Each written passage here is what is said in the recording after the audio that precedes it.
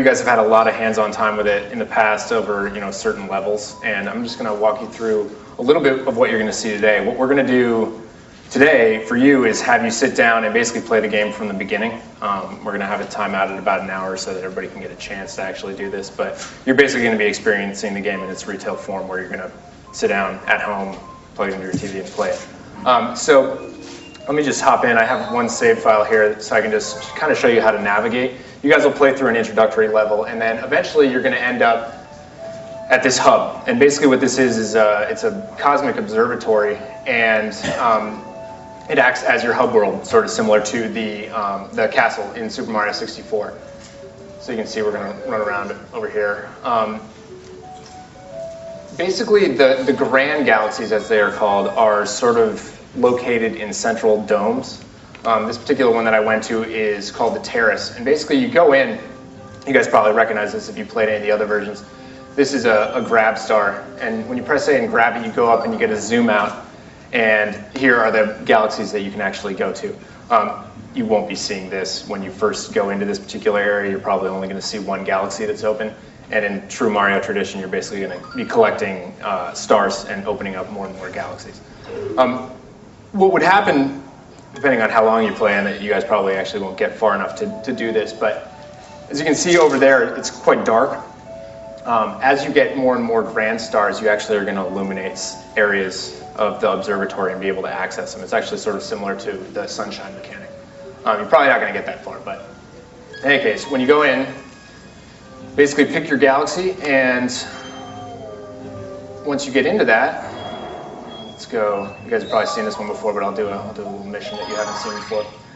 Once you pick which galaxy you're going to go into, you will then basically have the opportunity to do different missions within that galaxy. So the first time you go in, it's probably only going to have the first one, which if you guys are familiar with I think it's probably the E3 version. It was the one where you first got the B suit. This one I've actually beaten all 3 levels, so I'll show you this guy. I always enjoy embarrassing myself in front of large groups of people, so I'll fight a boss here. And most of you will remember the controls, I'm sure, but I'll run over them really quickly just in case anybody hasn't seen them before. You run around with the control stick, of course. Shaking does your spin move, which you basically do. It's everything from launching you out of stars to fighting enemies to breaking through crystal to anything. A button is your jump. If you press the Z button in midair, whoa, that guy almost got me. You do your ground pound. You can also do your super jump by pressing both at the same time, or running into the wall. And if you're not moving, you can do your backflip. These guys are actually called Mandibugs. They've taken over the Honey Hive Kingdom. And of course, with your Wii Remote, you can collect star crystals as they appear. You can shoot them at things with the B trigger. And I don't think we're going to have it, I'm certainly not going to do it in this demo, but you guys know that you can play in co-op mode as well, where you have a second Wii Remote collecting star crystals and firing them at enemies. All right, so let me hop up here. Take a little shot. If any of you guys have seen me do a demo of this before, you know that I'm absolutely in love with the look of this game. I think it's bar none the prettiest game on the system. It's just absolutely gorgeous. And one of the things that it really does for me is it's just sort of a constant sense of wonder as you're wandering around.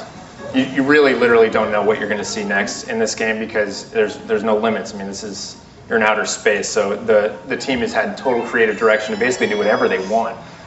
So you'll never know what's going to be around the next corner, and you really never know what kind of creatures you're going to be seeing. The story arc, if you can call it, of this particular galaxy is that the bees have been basically taken over by these creatures called Mandibugs, which you saw a little one sort of attacking me before. And the head of the Mandibugs is right over here. We'll see how badly I can lose to him.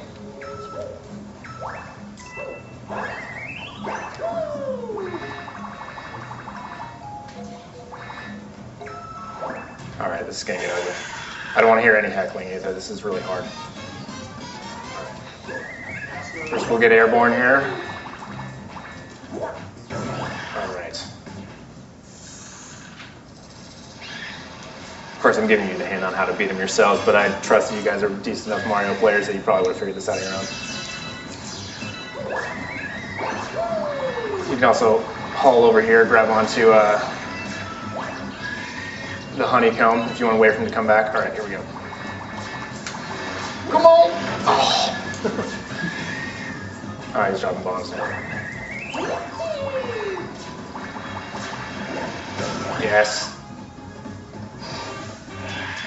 And true Mario tradition. Now he's really fast, and still the last one's gonna be really, really hard.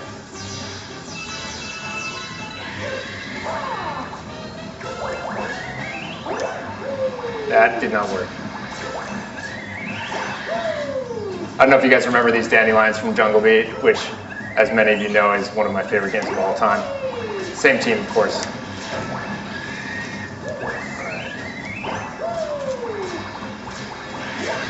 Oh man, I can't believe I missed that.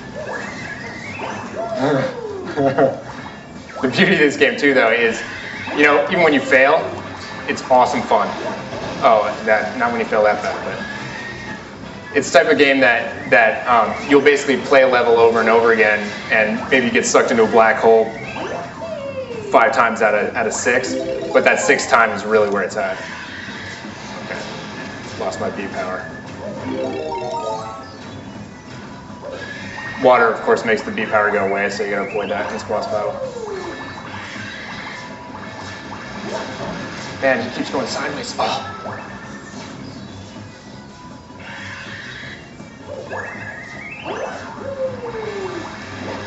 Yes. So there's like no applause. This is the worst crowd. Anyways, you can see that star is clear. That's not some strange, nefarious new star. It's actually just because I've gotten this star before in preparing this demo. So if you play, you can of course play missions as many times as you want to. It's really similar to Super Mario 64 in that sense. And you will, just because it's fun to run around. It's fun to find secrets. Really, there's so much to explore in this galaxy that you're gonna go revisit areas over and over again. Although knowing you guys, since you know that you have an hour limit, I'm sure most of you are just gonna be hauling through it as fast as you possibly can, but such is life. I probably have, what sort of time have I got? Is that about, like 10 minutes? I'll show you one more. I'll show you one of the bonus ones. Maybe you guys saw this actually if you've been paying attention to the Japanese homepage that started up. This one I'm really bad at. This is actually a bonus galaxy that you unlock just by finding a secret exit in one of the other areas. And this one actually uses the different controls you'll find in many of the bonus areas. You have new control schemes. There's one actually that's like it's basically like a mini golf challenge where you're standing on a ball and you hold the stick up like this and you steer the ball around like that. This particular one is a manta ray surfing challenge, which is not easy.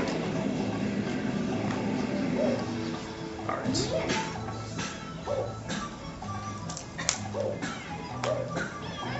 Yes, penguin, yes. Yes, I am back. No.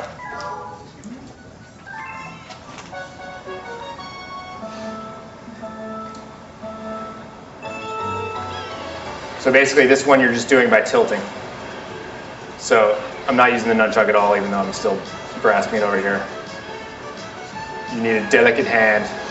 And again, I mean, I'm sure you guys have played racing games before, maybe even water racing games, but the sheer fact that this is just like a suspended, whoa, oh man, that's bad. That's what happens when you talk and race at the same time. The fact that it's a suspended, tube of water that makes no sense in the middle of the sky, it's just, I don't know. I don't know if it appeals to you guys as much as it does me, but I just think it's awesome. You got this little fish wandering around in there.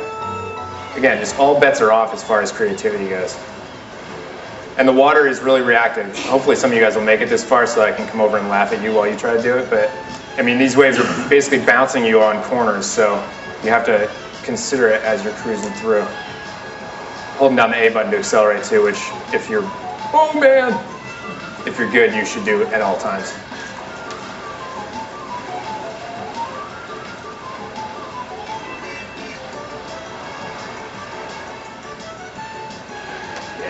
Yes. Oh God.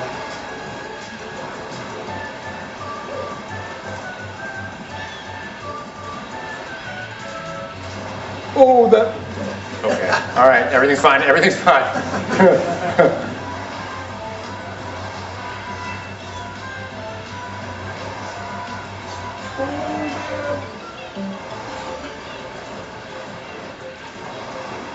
Yes. Actually, it's pretty good. Thank you, thank you. No, I was just kidding about the applauding. We don't need to do any applauding. Anyways, this is just another example of sort of the constant sense of wonder that you're going to see in this game. You're going to randomly go into galaxies and have that. All of a sudden, it's a new gameplay mechanic that you're going to be doing. And trust me, it happens constantly from start to finish in this game. I can't say enough about how much fun I have playing this game even now. I played even the early levels probably 50 or 60 times in early development, and I still get a big smile on my face when I'm running around. It's really that good. And I'm really excited that you guys are going to get a chance to sort of experience it from the beginning today, because it plunks you right in the middle of the action. It's great.